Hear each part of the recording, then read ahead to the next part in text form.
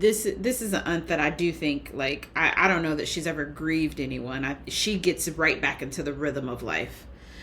But one of the things that she said to me is, she said, "You are still here." She said, "You are alive, which means that you have to live your life." And in the moment, and this is like within 3 days, right, of Paul's passing. So of course, this is not the kind of stuff that I want to hear.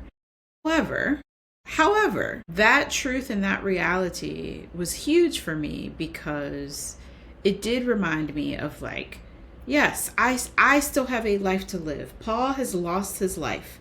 He is no longer here. But I am, which means I still have stuff to do, which means I still need to live every single day to the fullest. This world, we are living in crazy times right now, right?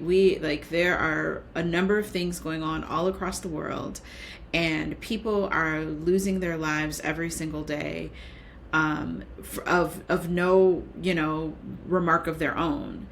And so what I try to do for myself and infuse in other people, and even my daughter and I on our way to school, have this conversation about, like, no moment is promised to us. So let's live fully. Let's enjoy each other. Let's do all the crazy things that we want to do.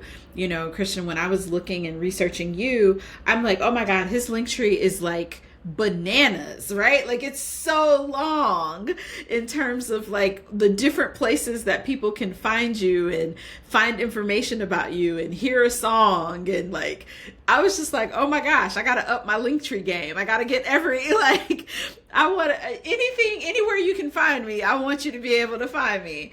And so, but I say that because that means that you are out here fully living. And you said, like, you got let go from a job that you really shouldn't be at because this is what you enjoy doing.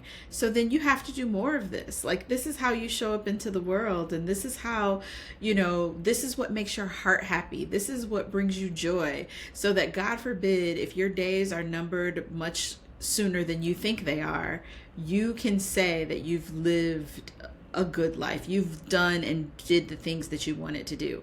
And I think that more people have to lean into that and, like, really give the world what it is that they want. And the legacy lives beyond, like, yes, hopefully that all of our names will be uttered because we're doing good work and we're giving back to society in a way that is meaningful and impactful.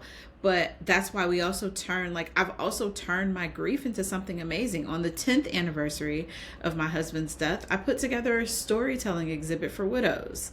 Like, that's not something that you normally do. That's not something that you hear. But I wanted to tell the other stories of young widows who are amazing and their husbands were amazing. And I did not want their stories to just go by the wayside.